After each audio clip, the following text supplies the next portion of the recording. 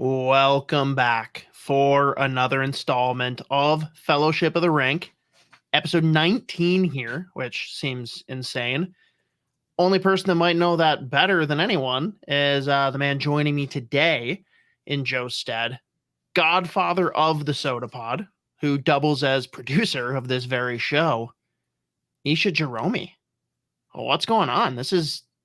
It's very strange that this is like the first time that we've really done a podcast together, like since I had a kid. No, I was going to say it's weird. It's weird that we're podcasting together again. Yeah. You know? And then another layer to the weirdness is like, I'm usually, like you said, editing this one, which I will be later on tonight. But yeah, I'm 100% in it here today. And wow, look at these big shoes I have to fill in Joe Smythe. It's a little nerve wracking. I'm not going to lie. I can guarantee you he wouldn't have been in tears over this hockey game like yourself. Luongo got his Stanley Cup. I was bawling my eyes out, ladies and gentlemen. Yeah, whatever. But in all seriousness, though, like these like big sports moments, even if they're not my teams, like I get emotional when it comes to sports more than anything. Like I can watch like sad movies and things like that, and it doesn't matter. But like when it comes to sports, it's like. It's such an emotional thing. It's such a huge moment that even though I was more invested in the series hating on the Oilers than rooting for the Panthers, shout out to Canada's team. It still got me, man. When Maurice like had his moment, when Paul Maurice was just like yelling profanity and ESPN had to cut the sound for the whole thing when when Barkov did his lap, and especially when Luongo held that cup, I just broke down. But that's how I am.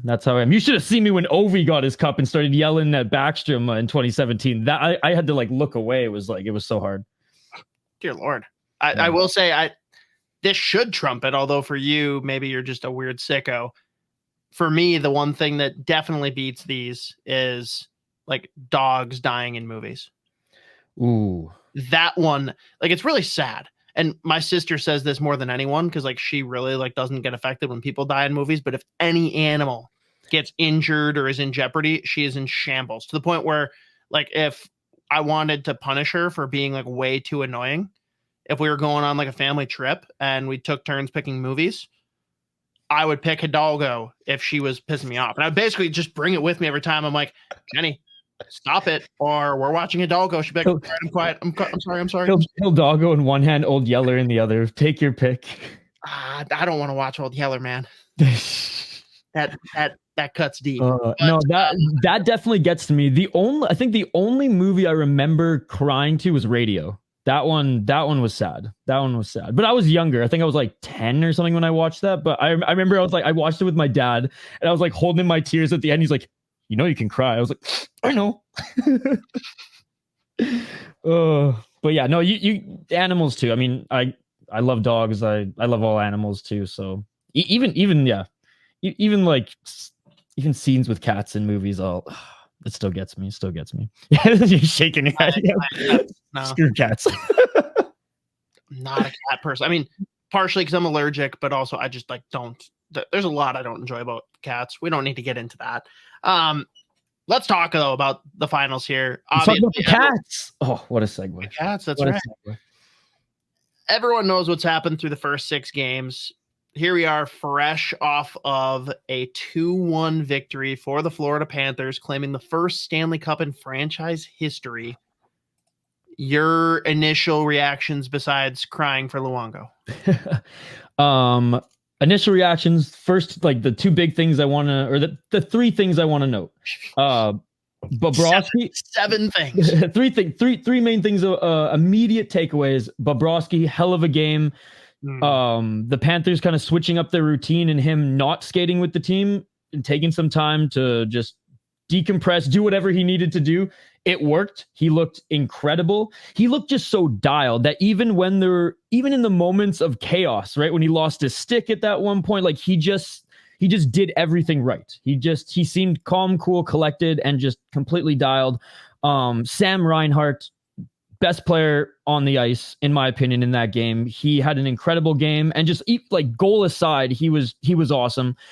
And And number 3, man, was just Sam Bennett as well. He mucked it up as he did. And it was so cool because I watched him in junior and I watched him, with the Calgary Flames and basically just change his whole playing style around. And though he wasn't the loudest player on the ice today in this game, he still mucked it up enough where you could see he got under some of the guys' skin on the Oilers team and definitely played one of the harder games that I've seen this series. So I was those are my 3 takeaways, and I was so happy, especially with Sam Reinhart, as that cup's coming back to BC, baby. Be honest. Just talking game 6 and 7. Did you see anything from Connor McDavid? There were moments in this one, but like he was louder in this game than he was in game 6, but no, it was pretty disappointing. It was pretty disappointing. So are you for or against him winning the Conn Smythe? Oh, here's the question. I'm still for him winning the Conn Smythe. I'm not like I wasn't like screaming it like Bobrovsky shouldn't get it. Bobrovsky shouldn't get it. Should be McDavid. But I was talking to Joe, not Joe Smith, my roommate Joe, Hoppy's brother. Right after, and we were talking, we were like, okay, who's it going to be? Who's it going to be? And we just kind of started not even really weighing the pros and cons, just talking through the series. And Bob wasn't perfect. He was near perfect. And then we made the argument for McDavid. Well, he wasn't perfect either in these last 2 games. Was that the point where you had to be like, okay, you got to give it to Bob now because he was too quiet in these last 2 games? But man, when you're 3rd in points per game in a playoff series, or in the entire playoffs, right under Gretzky and Lemieux, when you break Gretzky's assist record, like those are things that you'd think going into a playoff series are unsurmountable, and yet he did it. So I still gave the edge to him, and it was the point per game over right behind Lemieux, a little bit behind Gretzky. That was really like, man, that's insane. And you more than anybody know how much I love Lemieux and how I think he's the greatest player of all time. And it's just wild. It's just wild that in the modern era, in the era where goals don't come as easy as they did back in the day when those 2 were playing, that he's right up there with them. So it's not the best player in the series. It's the MVP of the playoffs, right? And I think he deserved it. I guess my counter argument is that there was a couple of bad games there for Bobrovsky. He clearly made the full turnaround, like you noted, and was electric in game 7. And I'm sure what you meant was like skaters, not players. When you talked about Reinhart, Bobrovsky was hands down the best player in this game. Yeah. Skaters, yes. And for me, like if you remove the piece of which team won, maybe I give a little bit of a nod to McDavid, sure. But then when you factor in the actual win and the fact that he didn't really exist for the last 2 games of the series, that's where it's hard for me. And I think there's 2 things that go into it, though. Like, I'm not mad. I'm not sitting here like freaking out like, oh, this is an absurdity. I do think it's a little weird, but I think there's 2 things that go into it. First one, and again, be honest here. If Leon Draisaitl does it instead of McDavid, do you think he gets the Conn Smythe? I mean, yes, because for me, it has nothing to do with the name. Him. Do you think that he gets voted? Yeah. Oh, okay. I do. I don't think Connor McDavid's name holds any more weight than Draisaitl. They're like they're 1-2 best players in the world. Stop it. It's still different. Maybe amongst the casuals, but we ain't no casuals here. And those who are voting and those, who are picking that award, they ain't no casuals either. Dude, someone that loves the Maple Leaf as much as you do should know that Canada over Germany every time when it comes to this kind of stuff, and him literally being ordained the next one. I'm sorry. I think that there's at least a level of truth to that. And maybe you're right. Maybe Draisaitl still would have gotten it. They'd be thinking about it a little bit harder. I mean, look, maybe I don't operate like that. So it's hard for me to fathom that would be the case. The other piece, Is it that McDavid had that, because he had a historic run, but is it more what McDavid did or more that there wasn't a perceived true standout for the Florida Panthers? Ooh, that's a good one. Yeah. And you know what? That's kind of what I was talking about with my roommate again here, was that it was him and Bouchard. They were the two standouts, right? And it was like those two that when they were the difference makers overall. I mean, Hyman had his moments, right? Don't get me wrong. Warren Fogle, honestly, I think had a very underrated performance as well overall. But if we're just going with the finals, give it to Janmark. That guy was unreal. So I do think that plays into it a bit, in that like the Florida Panthers did it by committee. You could name a ton of players who had moments in various parts of that series, right? And then there was Bobrovsky, obviously, but well, I definitely think that that's part of it. But I mean, for me, I think it's like you obviously mentioned McDavid and Bouchard. Like, I think there were two names that probably rose higher for the Panthers, but it's not like either of them were clear cut either. And you pretty much got Bobrovsky and Barkov splitting like 80% of that Florida vote. Then the rest trickles over to people that were excited about that Matthew Tkachuk save, which I say in jest, but like I'm telling you, there's people that probably really got a rise out of that. And I mean, he did look like the old Matthew Tkachuk the last few games, but like in no world should he have won the Conn Smythe. But McDavid's just kind of on his own island on the side, and there's a lot of people that probably went either McDavid or their top Florida pick 1-2. And if people are flip-flopping, whether they're Bobrovsky or Barkov, like pretty easy to carve a path to McDavid getting that too. Yeah, it's just like, he was pretty much the only standout for Edmonton. Again, I'm not like throwing Bouchard under the bus here at all. He was incredible. Like it was absolutely insane. And dude, that he nicked the post as well tonight. Like this could have been all the money. Right? Oh, dude, he's gonna be swimming in it. Scrooge McDuck style. It's gonna be unbelievable. But McDavid just was on a tier above. Like there's no way around it. Like what he did in the playoffs was absolutely insane. And if we're really going to harp on those two games, sure, he's human, right?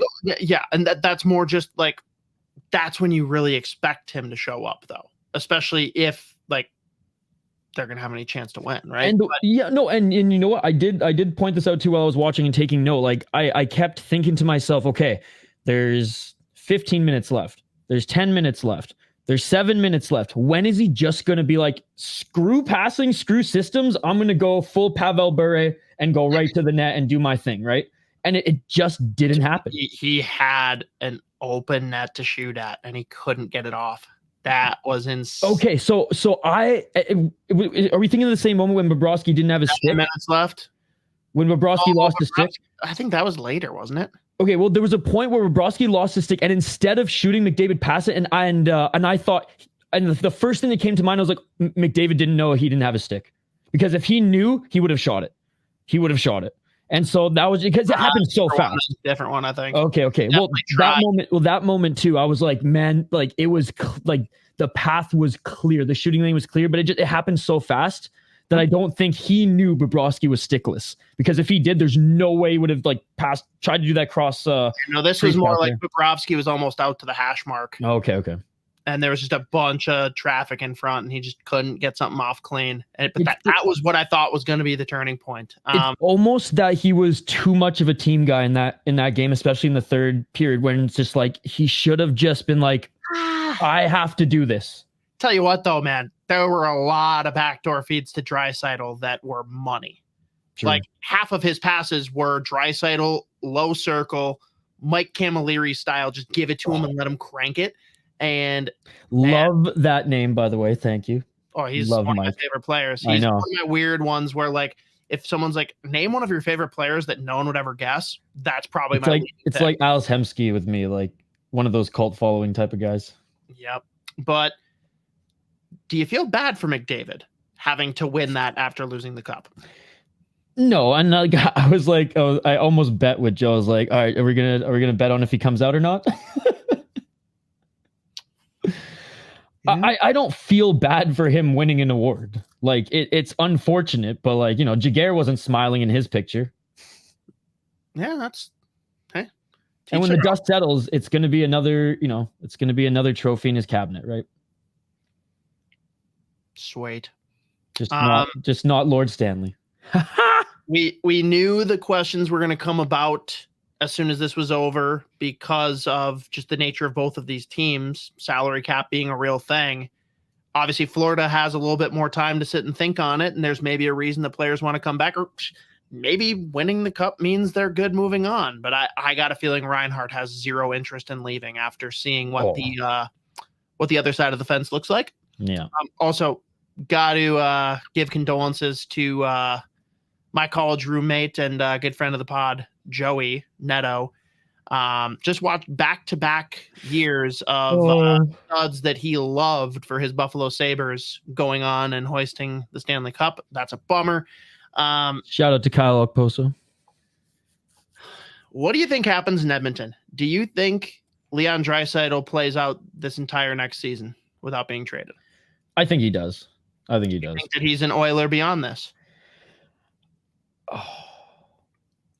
Honestly, out of the two, I would bet on McDavid being the one who goes to a different team over Draisaitl. Oh, That's what I think. That is interesting. Okay. I think can we agree that neither of them should have been on the ice for the last minute and a half of this game? Oh, dude, it was hard to watch. I know you want your best players out there, and there they was want to be out there. No gas left in the tank at all, dude. He brushed a guy and went down yeah. House of Cards. It was bad. I felt bad watching them. No, it was tough. It was tough. I know it's probably crazy to some people, like a pre barrel theory keyboard warriors take. I'm sorry that they should not have been on the ice, at least not initially. Maybe you give them a quick little rest and get them out there, but that was detrimental to your effort. They could not do anything. Dude, they played just over 5 minutes in the last 7 minutes of the game. It's bro, again, they're professional athletes, but they're human, and they both had played over 20 minutes at that point. It's just you got it was tough. It was tough. All right. Well, any last thoughts on the Stanley Cup before we move on to our one Minnesota Wild topic here before a great interview with a coveted Wild prospect? Did you see the freaking bro handshake that Barkov gave Gary Bettman? It was just my man, your team in Florida finally did it. And you could see Gary with that shit-eating grin just be yeah, baby, let's go. Another warm weather team blowing the game. No, I was just going to say, he's just sitting there why can't this be Arizona? I did not. Not a lot of booing for Gary either. Florida fans, they don't know the lore. Yeah, fake fans, huh? Now, you have to be happy at least a little bit for the few season ticket holders for Florida that have been who've been there for 20 plus years. Oh, sure. Yeah, there's a couple, and they deserve to be commended. Yeah. Everyone else that has literally been on the wagon for a year and a half, since Tkachuk joined. Yeah, what a wild and hey, a big shout out to OEL, gets bought out from Vancouver next year, wins a Stanley Cup. That is the path. Yeah. Yep. All right, Minnesota topic here, because oh my God, has there been a lot of trade activity? Weird that that's what happens when you have the Stanley Cup run this close to free agency and the draft. But we've seen 3 goalies be moved already to 3, what I would refer to as the most needing of goaltender. We got Ottawa Senators picking up Linus Ullmark. We got the New Jersey Devils picking up your guy, Mr. Markstrom. And the Kings, I mean, if you count this, picking up Darcy Kuemper, I think that was a lot less about him than the addition by subtraction. But return to LA, the redemption tour. Hard to believe that they're going to pick up another goalie. I guess all this to ask, is there a trade partner for Filip Gustavsson at this point? Or what's the status? Honestly, right now, like I don't have a name, and that's also in part that like I've never been one to think that like he needs to be moved. Not yet, anyways. Like, and maybe by the time that the Wild are like, okay, mid-season, late season, that they're like, okay, we do want to move on from him. There probably is going to be, someone there probably is going to be a dance partner at that point. But like right now, you listed off all the names of guys that or teams where he could have been a landing spot. I mean, if Charlie Lindgren isn't the guy, maybe the Capitals, but like he seems like he's the guy, and he's been awesome. He's just going to come at you. Hunter Shepherd, baby. Oh, yeah. Back to back. Yes. Champion. I mean, there's teams out there that could use a goalie. It's just now you're at a point where the ones that really needed it, you're not in a premium, and there's still other goalies that are available too. Like, sure, Toronto could use a goalie. Carolina could use a goalie. San Jose could use a lot of things. Detroit could use a goalie. Philly could use a goalie. Montreal could use a goalie, but they want a goalie. They don't want a one beer backup. I don't view Gustavsson as that personally, but fair enough. The one that's interesting to me, if another big goalie moves, because there's been a lot of talk about one of your favorites in UC Saros. If he gets traded, I almost feel like Gustavsson could be the perfect add for Nashville to kind of pair and double up there with the young guy they're going to pull out of the AHL. I can't remember his name now. Who is the Russian? Askarov. Askarov.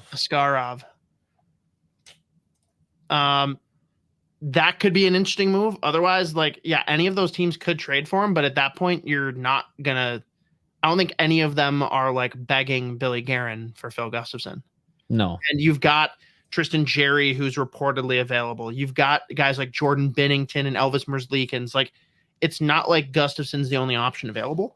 And Anaheim could move on from John Gibson at any time too. They said they're not willing to retain any salary, so I don't think he's going anywhere. Okay, never mind then. And that can always change, right? If someone comes with the right package, like, okay, yeah, we'll retain. Sorry.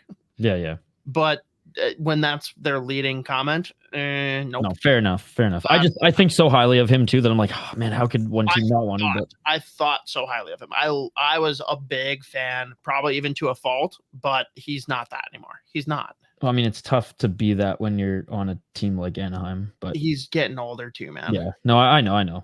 But I was hard though, like 4 years ago on the send him home to Pittsburgh bus. Oh man, that would have been fun. Dude, I was always arguing. I even argued at one point a few years ago that he was better than Hellebuck as far as USA goaltenders. Hellebuck had a weird trajectory for sure, but now we look back and laugh at it. Yes. All right, well that's the extent of Wild talk for this one. Again, in probably a couple of weeks here, we'll be getting Joe back and we'll dive way more heavily into the Wild topics, but as promised, we've at least got a little bit more Wild content here with a great interview that we banked for you guys.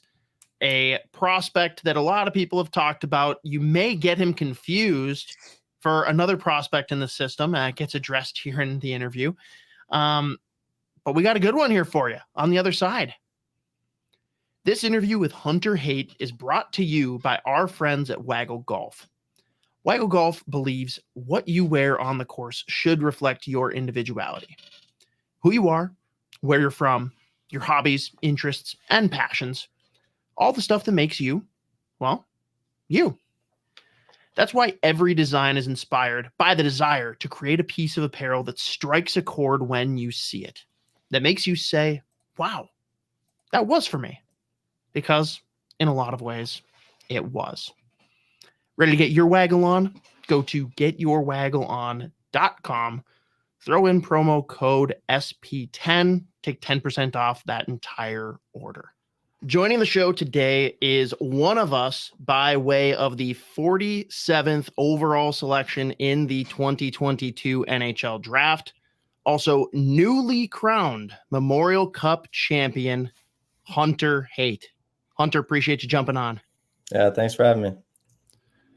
We ask everyone this question right away. First time you saw the Minnesota Wild logo, as goofy as it is, what did you see? Like, what did you think it was? So when I was a kid growing up, I honestly didn't know what it was. And it was only till I got drafted that I realized it was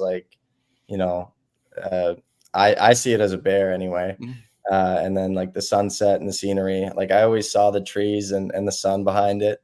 But it wasn't until I got drafted that I actually saw like that there was an animal as a part of the logo. So Do you like that? Do you like that it's like a little bit of a brain teaser, or is it just like almost too much? I think it's awesome. I think it's a really cool logo. It has, a bunch of different aspects that go into it. I know the North Stars in there too. So yeah, it's pretty cool. It's hard to figure out what to make as a mascot for the name Minnesota Wild, though. Yeah, they have Nordy, so like you can go with a bear. It's kind of hard to put that in perspective. Like Wild as a mascot or like a actual thing. Sure.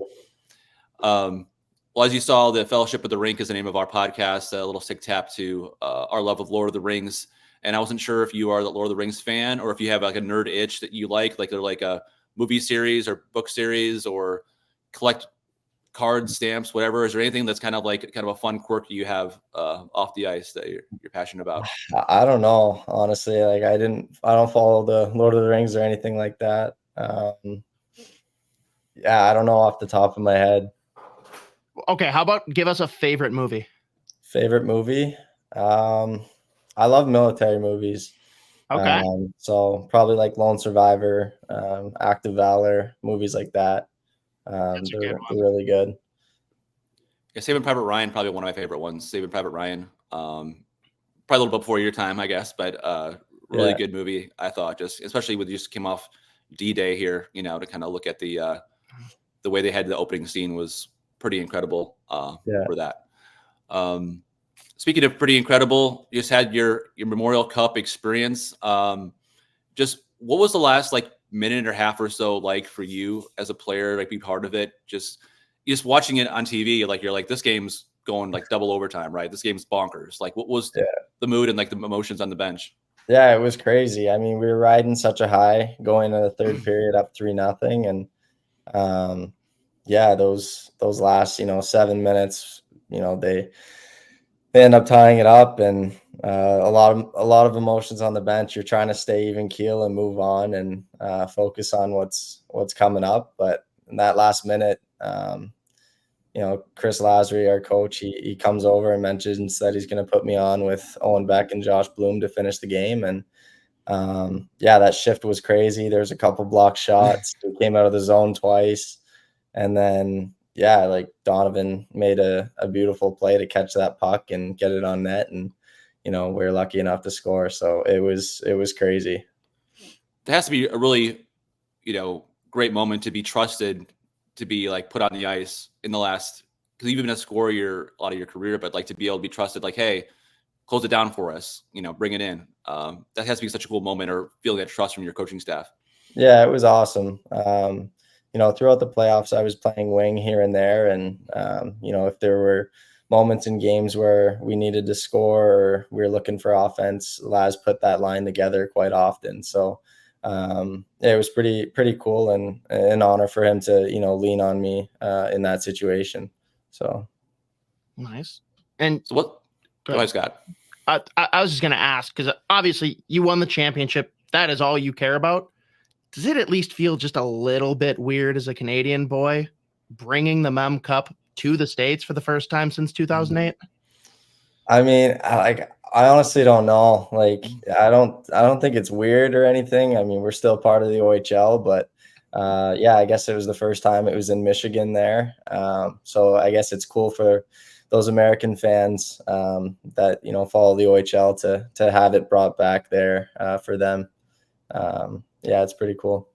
But I thought you were kind of grew up around London, right? So were you a Knights fan? Did you go to games as a kid? I don't know how weird that was a dynamic for your family of. So I'm basically right in the middle between Sarnia and London. So growing up, I was going to both games. I was always at London games, always at Sarnia games. And then when Travis Konechny, when he got to the OHL, he played for my minor hockey organization with the Chiefs there. So when he got into his OHL career, every time he was in Sarnia or London, I was following him. And then he got traded to Sarnia. So then I was at every single game. And, I really looked up to him as a kid growing up. And now as he's, in the NHL, and I'm making my way up. Yeah. Any other guys like that, whether it's from your community or just guys you've watched in the NHL at large, that you've either just admired watching or guys you've tried to model your game after? I don't know. I don't really model my game after anyone in particular. I think I just, I grew up around certain players like Trav and, Lawson Krause. And, I'm lucky enough to train in London over the past, 9 years. I've been training at TPH in London, and there's a good core group of, pro guys, NHLers that are pretty substantial players. So I got to, grow up and learn off of them and train with them, especially over these last 2 years. So, guys like Boone Jenner and Bo Horvat, Lawson Krause, like I mentioned, Konechny, and then all the younger guys too now, like, Nick Suzuki, Ryan Suzuki, Jordan Kyrou, Dylan Cousins, like they're all in this group. And, it's really good for someone like me who's aspiring to be at that level one day, and to train with them and see what they're doing, learn from them. It's awesome. What's the cup celebration like in the locker room afterwards? I know like other levels, it's like you're spraying Bud Light or champagne everywhere like that. Obviously with junior kids, it's going to be a little bit different, but like, what was the celebration like post? Yeah, it was crazy. It was awesome. Family, friends, even girlfriends, they're all in there to celebrate with us. There was, a couple of champagne bottles popped, and it was really just a good time.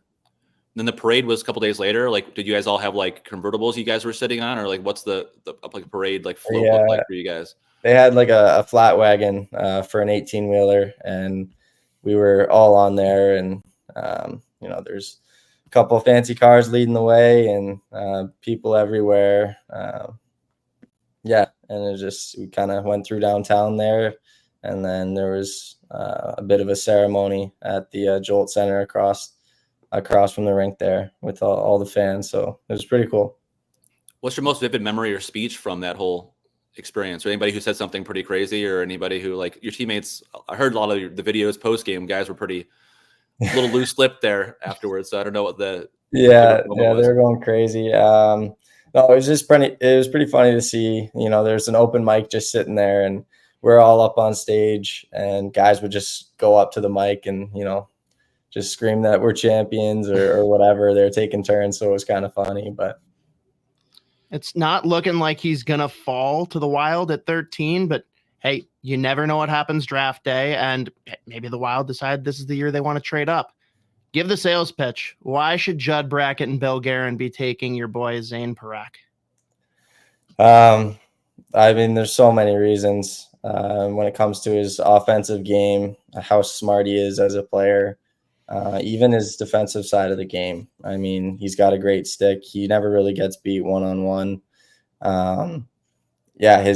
His creativity with the puck at the blue line, and his ability to join the rush and create offense for his teammates and see plays is incredible. And I mean, he just, had a record-breaking season. I don't know how many records he broke, but there's a lot of them, and he's done it back-to-back years. So, no, he's just impressive. He's an impressive kid as well, away from the rink.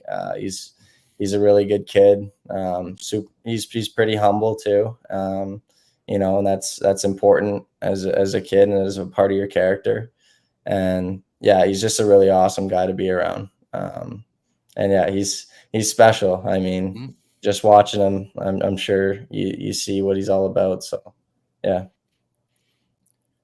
Growing up, I know you had a lot of influences in your life. Your parents, obviously, your brother, like your dad, being part of like the police. How much did you get immersed into that? Like, did you go on ride-alongs? Like, do you get part of, like, go to the station and check out some crazy stuff? Or like, what was that initial when you were a kid, like having a dad as a cop? Yeah. Well, he was with the provincial SWAT team for a while there when I was younger, and I would go to work with them, quite often. I'd be there all the time. They had a gym there, and I'd get to run around, do whatever, meet all the guys, spend time with them. And it's pretty cool to see armored trucks and, bomb robots and all those all those things. Not many kids get those experiences, and to be around it all the time growing up as, as young as 6 years old, it was really cool for me. And, my dad was a leader within that organization, that team, and, being brought up in that and seeing how a team functions and what it takes for a team to function. It's really cool. And I think it was huge in my character development growing up. So yeah, it's really cool. And I mean, my brother, he's in the Canadian Armed Forces. He's just going on his last year here. And then he's looking to get into policing as well. So it's pretty cool for both of us.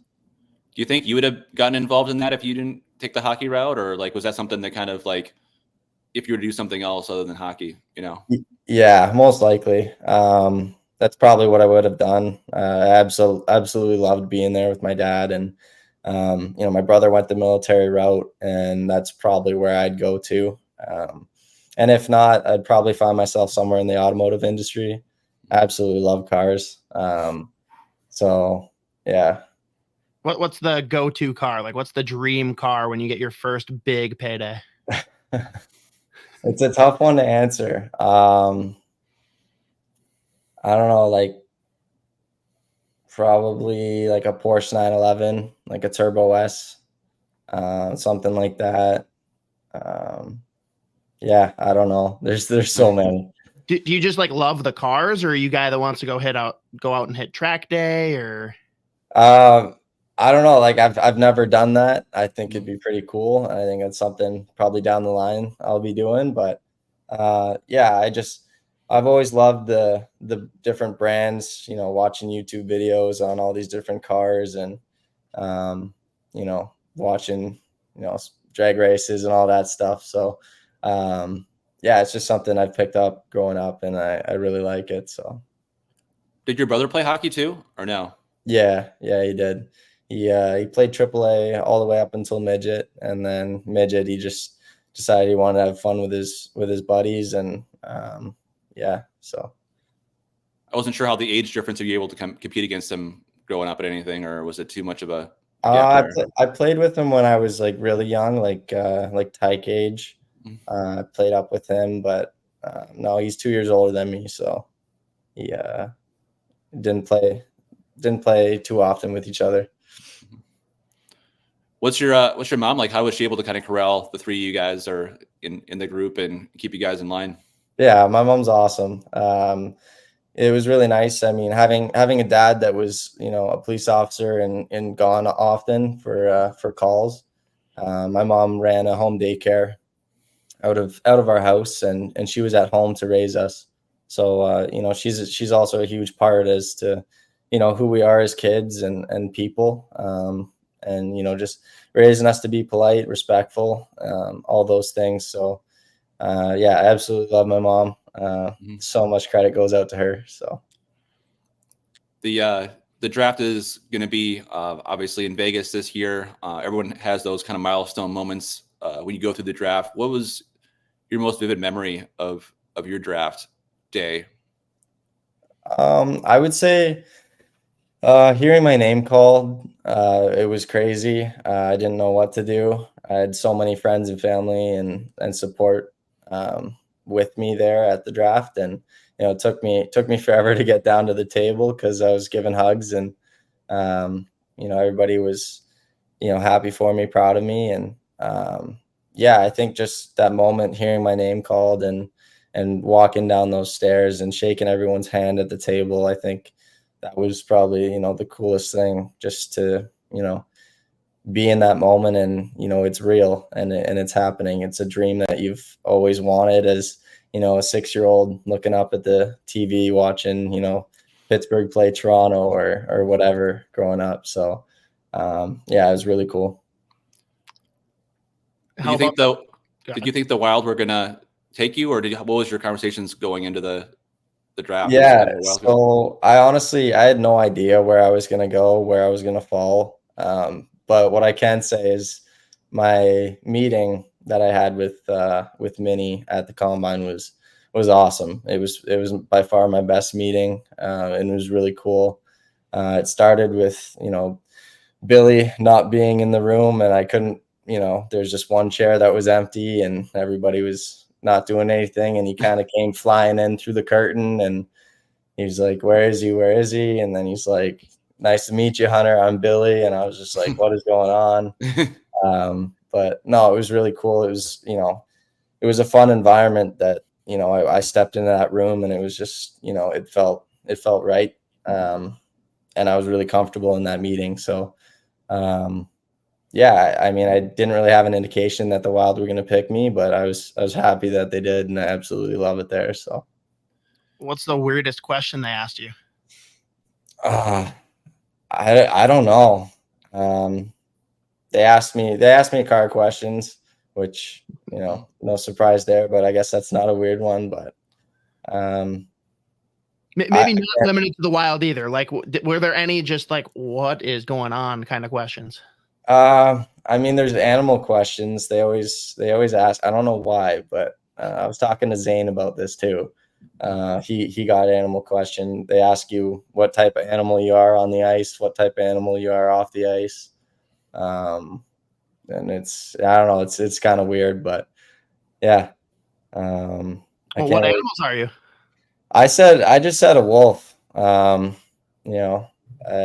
It's a pack mentality thing. There's leadership throughout a wolf pack and just really good qualities of a wolf, I guess. That's just what came to the top of my head at the time. I guess the big question this year was like, what's your Uber rating? So yeah, and I couldn't tell you. I don't have the app. I don't have Uber Eats. I don't know how all that stuff works yet. So I got to figure that stuff out. Do you think when Billy came in late, he was kind of like testing to see your reaction? I think that was part of like the mental games there. I think he was just like, yeah, I think so. Like I was asking around other guys. I'm like, have you met with Minnesota? Like, what did they do for you? Because like the GM wasn't in the room, but I think he did it on purpose. And I was like, because it wasn't like he came through the door. He came through curtains that were, put up. So, no, it was really cool. And it was kind of funny. So now you've been part of like the development process, like who are you been, is it Bombardier or like Hendricks, or who's kind of been your go-to guy? And like, what are the influence there? Like what kind of like feedback or things you help you work on? Yeah. So it's all three of them. It's Cody McLeod, Matt Hendricks, and Bomber. We have a group chat there, and basically, they're every week they're checking in. I'm checking in. Just talking about my games, what I did well, what I didn't, what I need to improve on, what I'm going to focus on in practice. For the upcoming games, and then just overall how I'm feeling about my confidence level, how I feel about my play, what I'm doing out there. And yeah, I mean, they're absolutely awesome. All three of them. They're so, positive when it comes to, criticism and, it's not criticism. It's stuff that's going to help me. Right. And they go about it in a great way, and they're, they have positive impact on everything that they say. So, I absolutely love having those guys and love being able to lean on them for, anything I need in terms of, my game, ask them questions, call them, text them, whatever.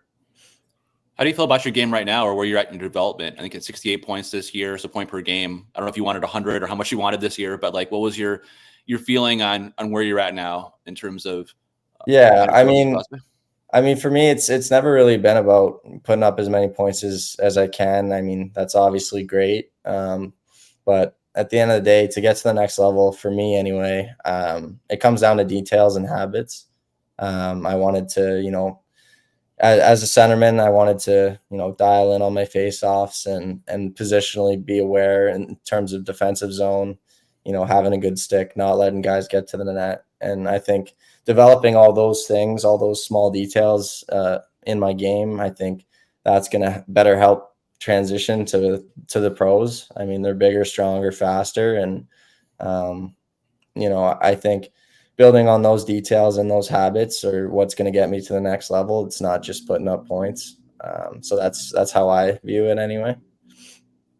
Nice. And any other prospects like at Dev Camp that stood out to you, or guys that you kind of latched onto right away as being buddies?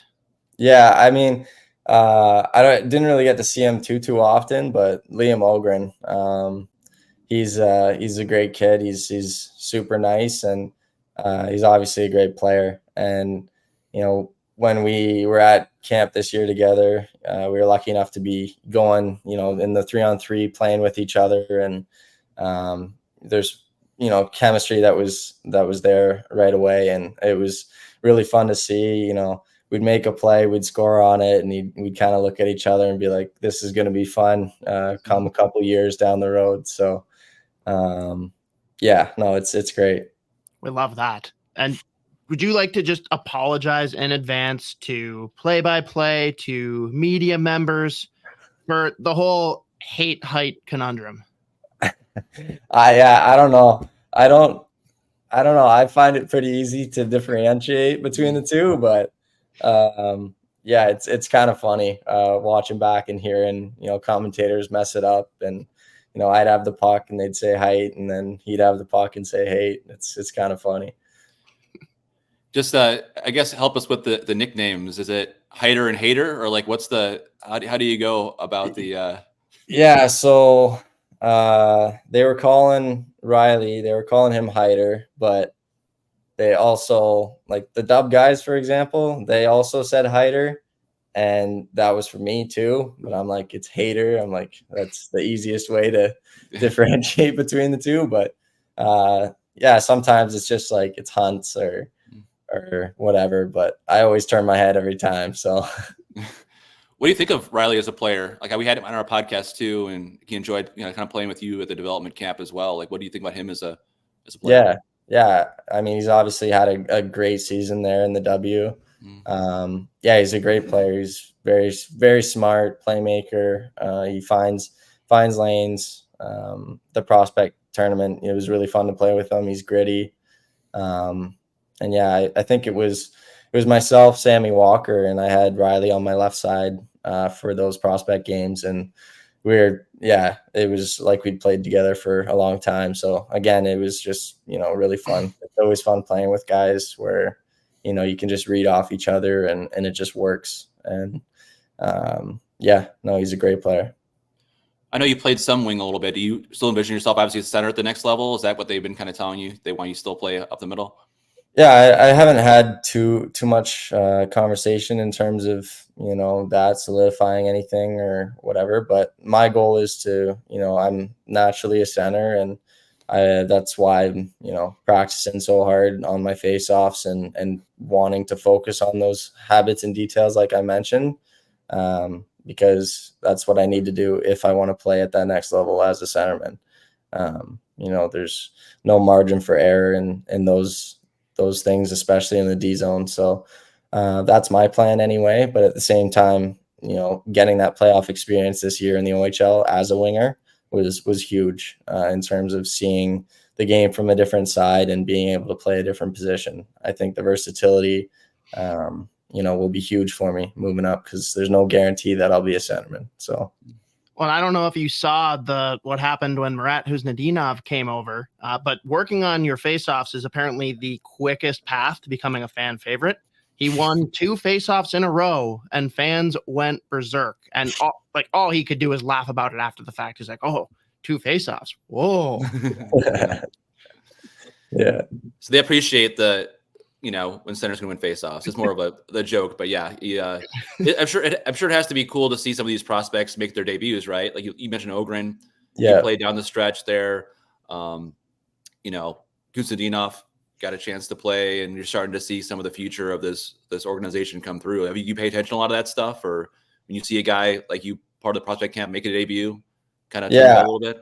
I mean, I wouldn't say like I go out looking for it, but I obviously, see it, and it's cool, going through the same processes as them in these past years in terms of development camps and going to main camps, and it's everybody's dream, right? So it's awesome to see someone in our prospect pool make that jump, and obviously happy for them, and hopefully that's me soon at some point. Are you a golfer at all? Are you a big guy? Yeah, I'm getting into golf more and more as I'm getting older here. But yeah.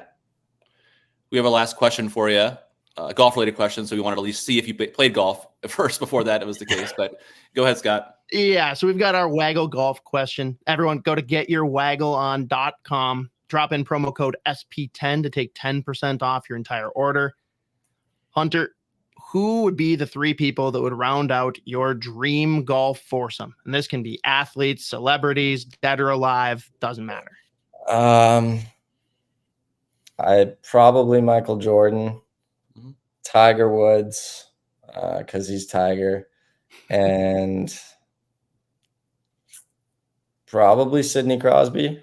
He was like my first, idol of the game and reason I kind of fell in love with hockey. I've got my size 6 jersey that fit me when I was 2 years old and whatever. But yeah, probably those 3. Okay. Who's in the cart with you?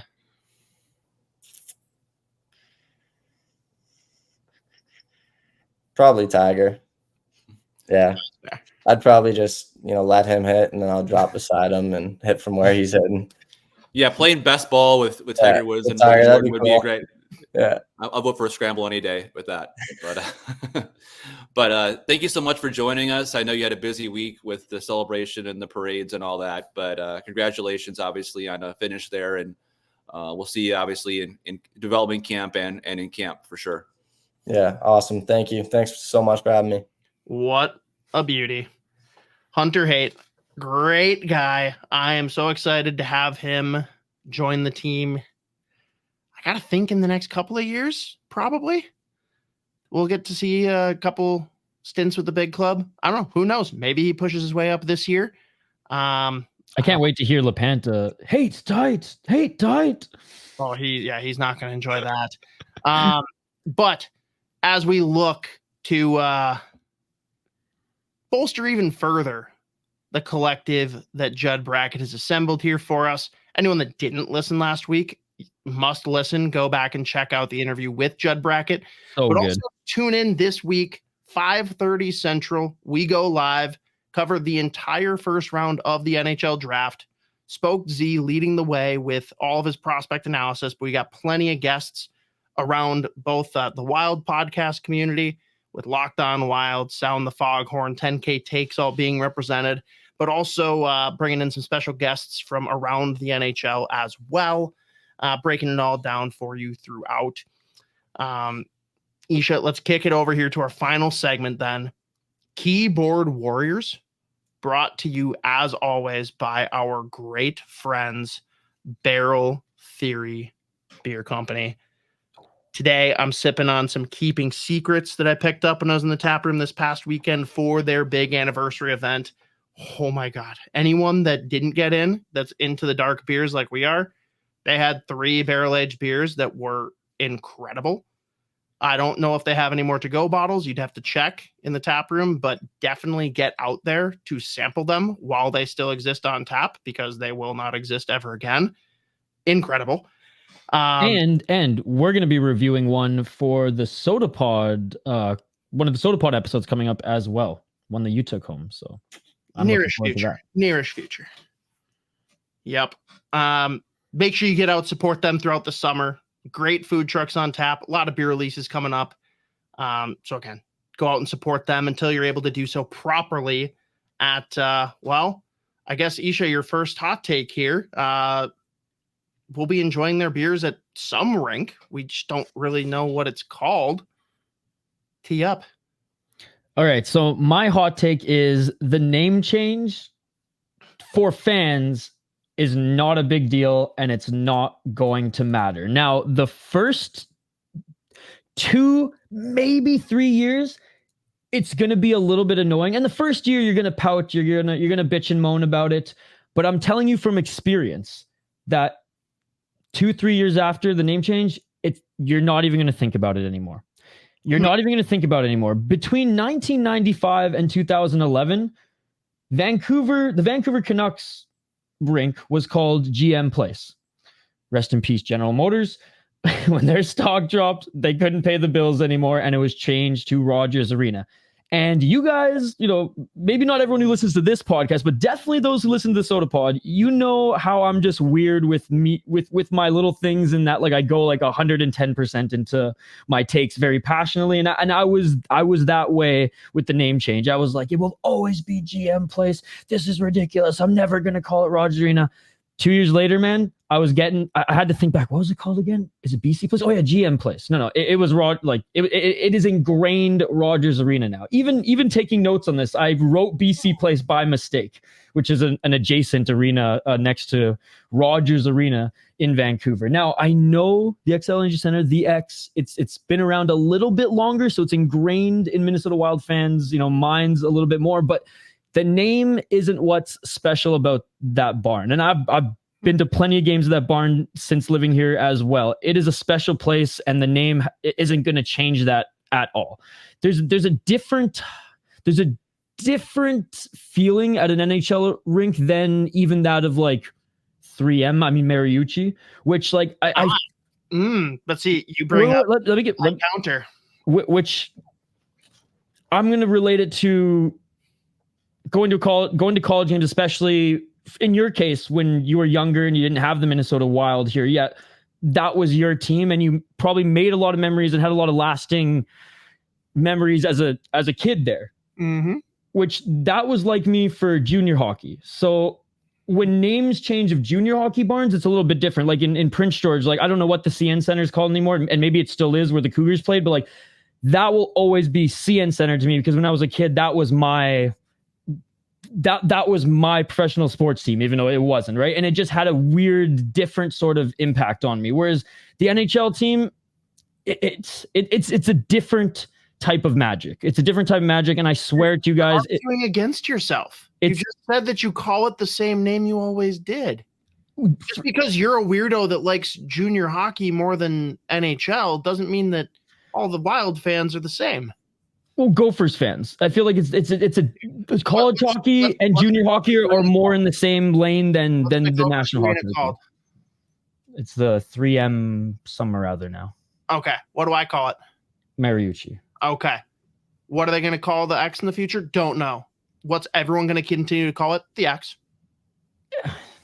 Maybe, but I don't think it's a big deal, dude. And I'm not saying it's a big deal. That's where my hot take is. That's where my hot take is. It's like, it's not that big of a deal, and I guarantee more than 50% of you guys out there are going to start referring to it as the new name, mostly because you all listen to more probably podcasts, media, and everything about the Minnesota Wild than you do about the Gophers or you do about your junior team, and it's going to just start being that in your head, and you're just going to start thinking of it with that name. And again, I'm just speaking from experience, and maybe I am a weirdo here, but hey, it's a hot take for a reason, right?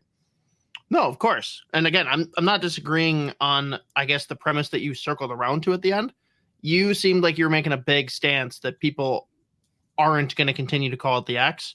And I'm absolutely convinced that an abbreviation like that, people are always going to call it the X. But we'll see. Like Xbox is the new sponsor or something like that. Seth and I were going through a lot of names where you could still call it the X, and there's quite a few. I'm all in for that. That'd be brilliant. That'd be very smart. Yeah. There's a lot. Like there's like out of like 50 potential and real options, there's like 8 to 10 that you can. I think that's a bad idea though, because then like people will continue to just call it the X, and then no one really fully internalizes the rebrand, and like you aren't getting your bang for your buck. I spelled Excel wrong until I moved here, so like you spell everything wrong. Damn it, I knew you were gonna say all right, next hot take. Anyone that didn't see it, I posted it on the X/Twitter. Good dialogue between Jeff Merrick and Elliot Friedman, per usual on the Jeff Merrick show, and the question came up essentially with how things have trended recently. We see Michkov coming in already when no one thought that was going to happen for Philadelphia. Sounds like Davidov is only a year out. Who is a riskier player to draft? An NCAA player or a Russian player? And for fans, by the way, the NCAA players have a little bit different stipulation around them joining their team and when their rights expire essentially. And we've seen a lot of aggressive. I'm sorry. There have been some high profile players that have basically forced their way out because they could just keep playing college hockey and walk to free agency eventually. Isha, I'll kick it to you because I know you're very opinionated on this matter.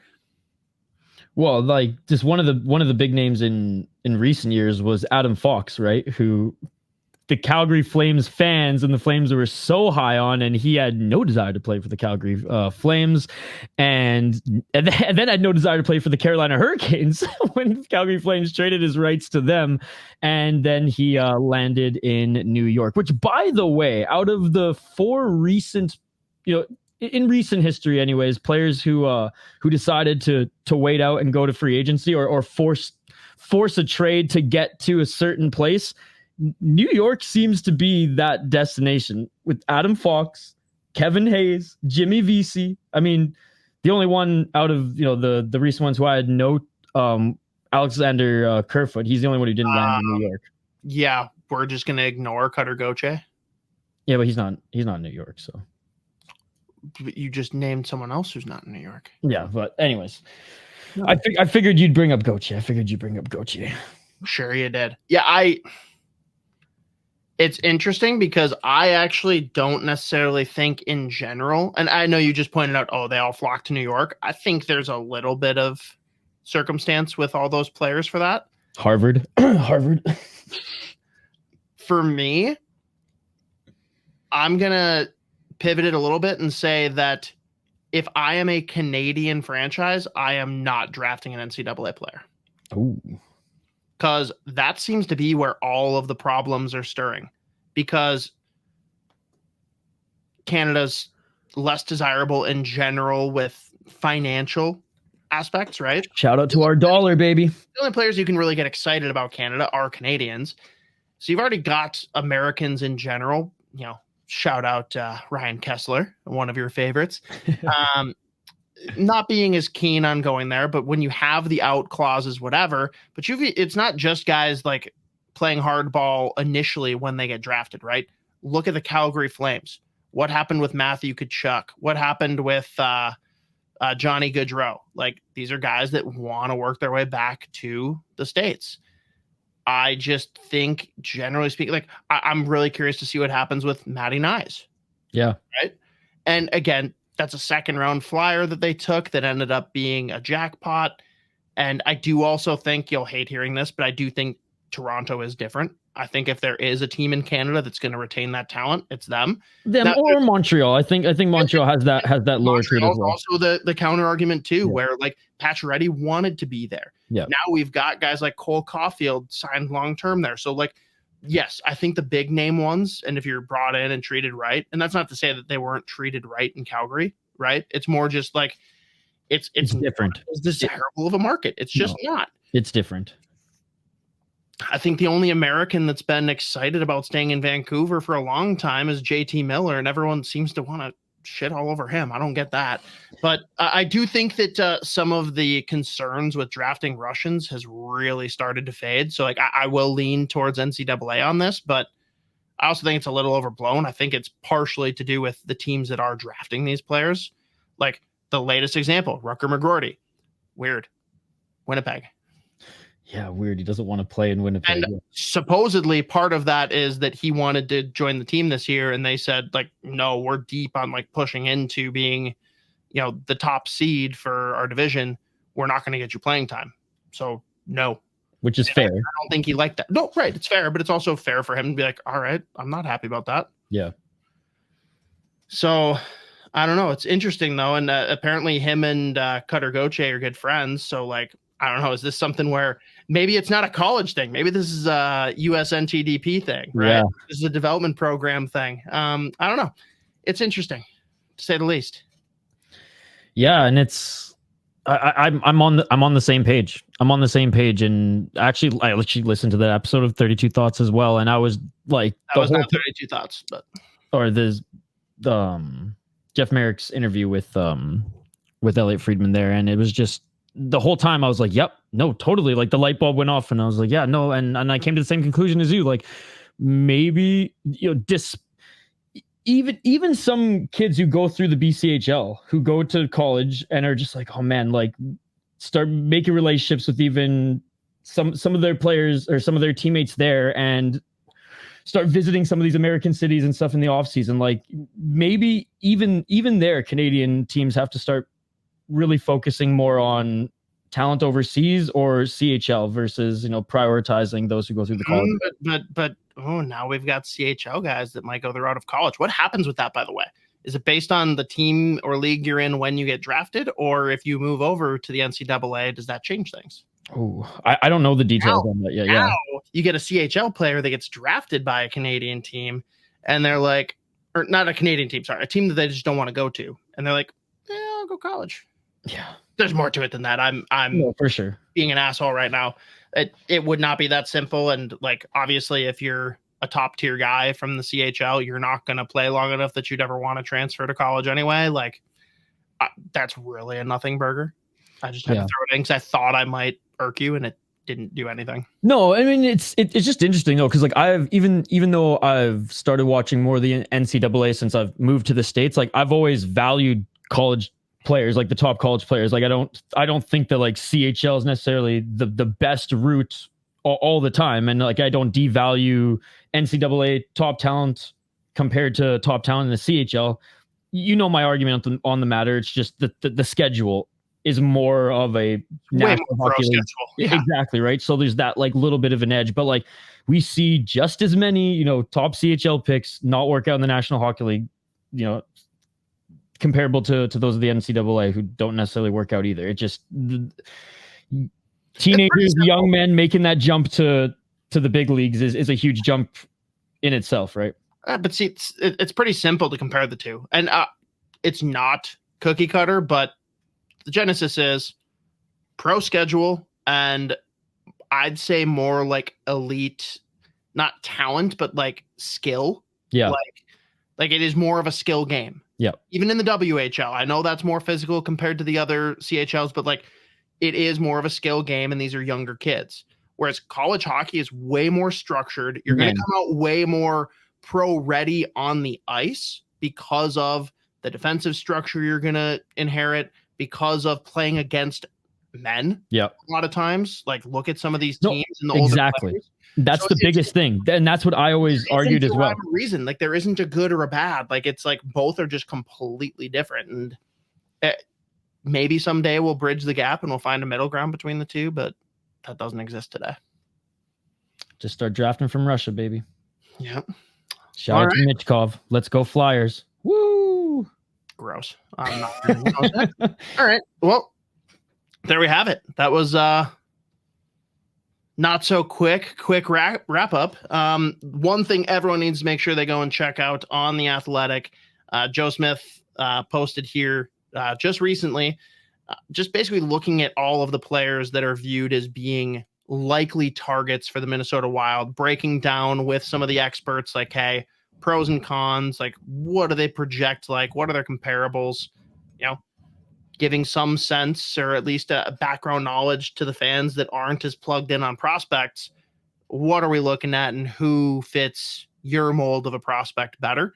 Obviously, also check out pretty much the entire playlist on YouTube for the 2024 NHL draft. There's highlight reels that Z's compilated. There's definitely, breakdowns across the different leagues and nationalities. And then there's individual player videos as well, with him just breaking down, like, who is this player? Why should you care? Because that's it. It's crunch time now. We've got a couple of days here until the draft. It's a lot of information to ingest in a very short period of time. So by all means, if there's specific players you guys are interested in, feel free to DM Isha or myself. We can definitely point you in the right direction of the articles on The Athletic, the videos that we've got up on YouTube, anything you need for a specific player. Want to try and give you guys the info. So DMs are open. Hit us. Yeah, at Sota Pod as well on Twitter. We're super active there as well. Ignore at the Sota Pod. They're hackers who just want to sell you knockoff t-shirts. Yeah, don't buy their shirts, guys. Don't you dare. Awesome. Well, hey, been another installment here of Fellowship of the Rink. Congrats to the Florida Panthers. best of luck, Bill, Guerin, Judd, Brackett, and crew at the last live draft, sadly, but it's going to be a banger at the Sphere. Oh my God, it's going to be so cool. Can't wait to check in the coming weeks and see what happens with the Wild pick, because we are very in the dark right now. Trade up, trade back. A lot of guys we could pick right at our spot at 13. Who's moving up? Who's moving down? Like it's going to be wild. It's going to, not weird, wild. Thanks for tuning in, guys. You stay classy. Stay to hockey.